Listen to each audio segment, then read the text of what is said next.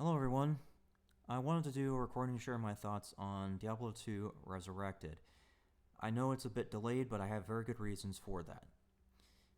For starters, I wanted to make sure that everyone else had time to get their recordings or videos up so that I can make sure I'm not becoming an echo chamber. I want to avoid saying the same thing as other people, or at least so I could say I agree with something.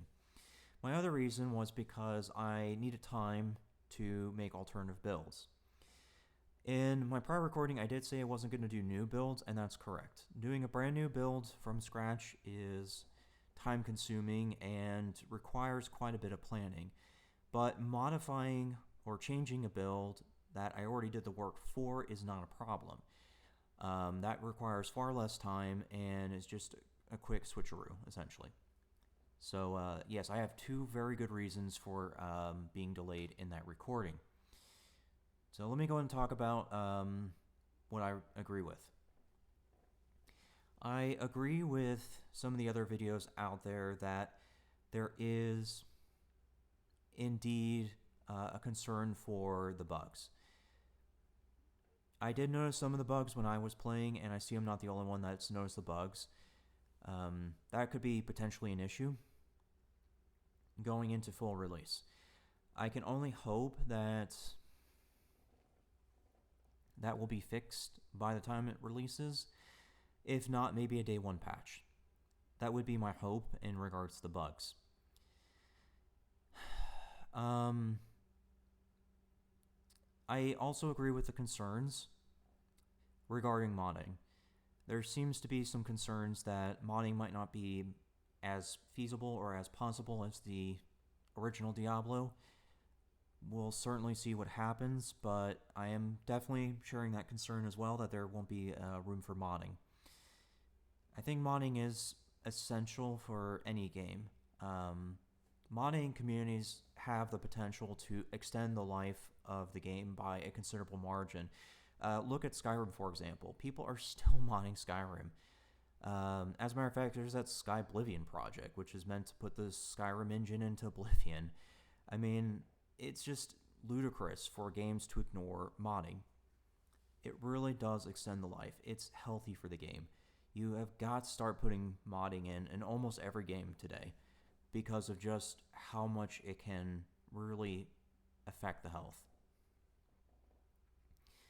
I agree with those elements. Now, let me go and deviate and talk about what I felt was not mentioned and what I think could have been done.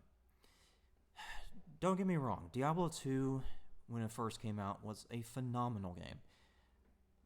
But when the expansions came out, I think they kind of went sideways with the direction of the game and its balance.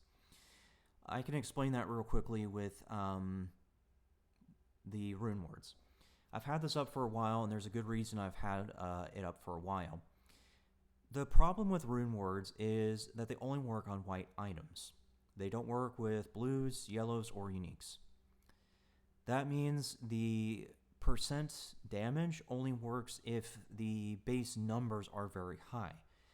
In the case of Grief, it does the complete opposite because it's plus 340 to 400 damage, which means that it has the potential to be better than percentages if the base is low. A good case example is one-handers. If you have a one-handed weapon, they are going to be base damage-wise lower than two-handed in a lot of cases. That particular case would mean that Malice would do more for you than the percentages. Of course, there are going to be builds where damage doesn't really matter, such as certain Amazon builds, because it's really just flat damage or added damage, so at that point it doesn't really need a base for some of its skills, but it certainly matters for other things. That's for sure one thing. Another thing too that I think they could have ironed out is just the skills in general. That would be another example besides Rune Words. Amazon's kind of behind in terms of damage. It's not severe, but part of the issue and the reason she falls behind in comparison to, say, a Vengeance Paladin is because Vengeance Paladins are entirely based on percentages. But with her spirit skills, they're all added damage, which means that unless you have the synergy in place between all the skills, you're not really going to do a whole lot of damage, so it doesn't make you as viable for hybrid builds in certain circumstances, which is kind of unfortunate because that's why you would play an Amazon, is for that versatility. Also, because even if you did focus melee, your damage is going to be significantly lower than a Vengeance Paladin, or for that matter, a Fireclaw Druid. Now, of course, fire is one of the most resisted, so there's that, but I'm just saying for raw numbers that it's a huge difference. I've looked at original Diablo 2 builds as well as Diablo 2 Resurrected builds, and I know that Vengeance Paladins can achieve 11,000 damage on Vengeance. Sometimes they can hit up to 14,000, but 11,000 damage is pretty much the average by the time you get all of your in gear. An Amazon at best is probably going to be able to swing 4 or 5k, depending on your synergies and things of that nature. Also dependent on your equipment too, because if you don't have something like Griffin's Eye, that's going to lower your potential for damage. But 4 to 5k is about where you can expect an Amazon to be with all of her lightning abilities, and that's just wrong, because she should be doing close to or as much damage as the other melee builds, and it's really unfortunate to see her that far behind. I think would have been good to kind of rework the skills. I know they said they didn't want to touch the game in terms of like ruining its originality, but there are certain things that were just wrong with the original Diablo. Well, specifically expansion. So I think they should have made an exception to kind of rework that and make it more feasible, not just for the Amazon, but other builds as well, because, man, Vengeance Paladins and Fireclaw Druids are out of control in terms of damage. I've seen as high as 15k on Fireclaw Druids, which means they can do more than a Vengeance Paladin, and that's kind of scary. But yeah, I guess at the end of the day, it's just a minor nitpick. However, it would have just been nice to see. Okay, with the balance examples out of the way, the other thing I want to go over is the whole online thing. I'm not going to get into politics, it's not a thing on my channel, but I can say that the world in general is in a pretty rough place for internet. If the world was in a really good place for internet service providers, then being online 24/7 would be perfectly okay. But the problem is that it's not a perfect world. And that when you have an online-only game, there's the potential for the ISP or even the BattleNet server to be an issue, even if you're playing alone.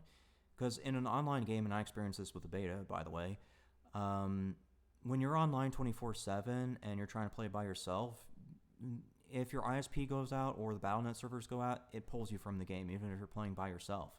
It doesn't matter. That's what happens with online games, is you always have that potential for your game to get ruined by either the ISP or the server that you're connected to. I do foresee this as being an issue going into the full release. That there will be people who will lose progress trying to play alone, or even in groups, because either the ISP or the server decides to go out.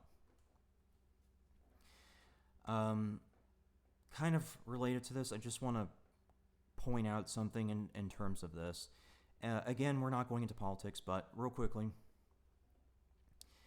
there used to be a group, I think it was either a group or organization, I can't remember which of the two, that did keep up with the average internet speeds and reliability scores of internets across the various countries.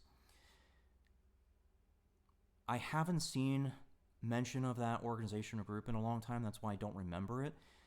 I think the last time I saw a report or data compilation from them was 2018 or 19, somewhere around there. But I do remember the list to a certain degree. They said that in terms of reliability and average internet speeds, the United States was number 25 in global ranking. Canada was number 26, and I think it was Australia at number 28 or 29. Yeah, that sounds about right.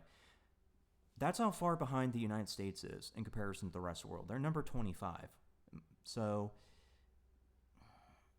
you can see where this is going to become an issue with not just Diablo, but other games as well. As far as your top fives are concerned, that's Norway, Sweden, Japan, Korea. I forget if they said it was South or North Korea, or they were just combining the two. I don't remember, but it's for sure those three. I believe Germany was listed as number 4, and I forget number 5, but I know it was for sure Norway, Sweden, Japan. Or I'm sorry, yeah, no, that was it. Yeah, wait, no, Norway, Sweden, Japan, Korea, Germany. Yeah, okay, no, I got that right. Yeah, I'm pretty sure Germany was number 5.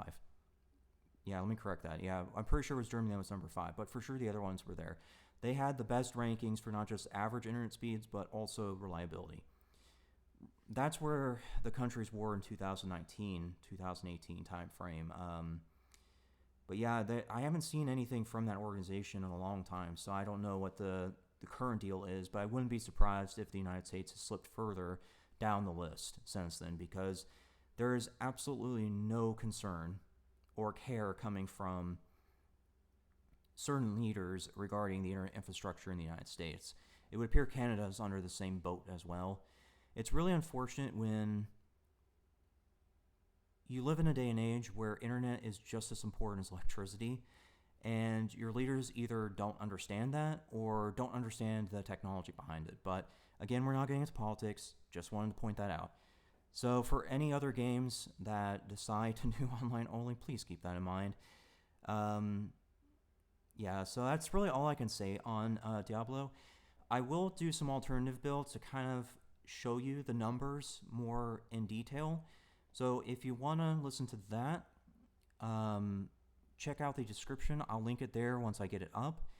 I'll have to edit it because I'll upload this first and then I'll upload the other ones. But yeah, that's all I have. Thanks for listening.